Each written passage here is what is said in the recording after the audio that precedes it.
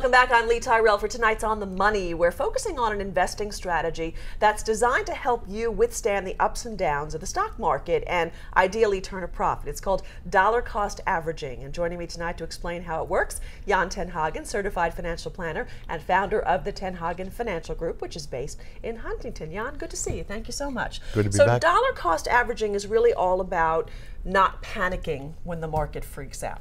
Being consistent. Essentially being consistent, Right. realizing you're in it for the long haul. Right, and most people are doing it anyway with their 401k. Right. Yeah, every time you get paid, you put a piece into the 401k. All right, let's take a look at some charts and graphs that we have to kind of help you understand how this really works out and what investing can really be a roller coaster with all the ups and downs. And a lot of us really do. Once the market gets up to that peak, we go, oh, this is a good time, let me jump in. Exactly. Wrong time. Wrong time. Absolutely. That's the time to review and see what's been good, what's lagged, and then readjust. And then we get down to that valley where, okay, I'm out, this is too crazy, too volatile, I can't do this, and that's actually the best time for us to be there. You should be seriously looking at it, because if you liked it at the top when you're buying something at $50 a share, now it's 25. It's a sale going on. So that's kind of the way. Oh, I like that. That's the way I have to look at it. It's a sale. Okay, I understand that better. Take a look at the next one. Chasing performance may lower your returns. Explain this one to us. People are chasing the markets. Oh, right. This thing's really good, so let me jump in. Well, it may be at the tail end of its run, right? Or someone is stock trading in and out and in and out. Where are all those people that were day trading in the 90s? That's right. I don't see any anymore. Yeah. So that's not the way to do it for the long term.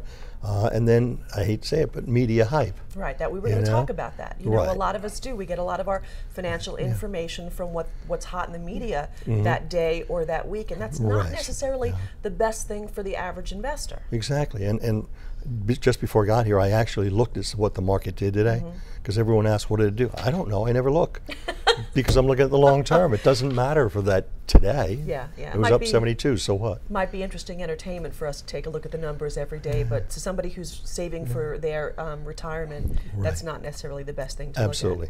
Absolutely. Let's take a look at the next graph. And how long does it take to double an initial investment? This one really surprised me. Yeah. It's really amazing. So many times you talk to somebody that's joined a company, and they're in the 401k, and they talk to the person in the next cubicle, if you will. What are you in? Well, I'm in the stable value fund, because it doesn't go up or down. It's nice and stable, but it's paying you 2.5%. At 2.5%, your money's going to double in 28.8 years. Oh my. So if that's a double, you're what age now? When do you want to retire? How many doubles do you have left?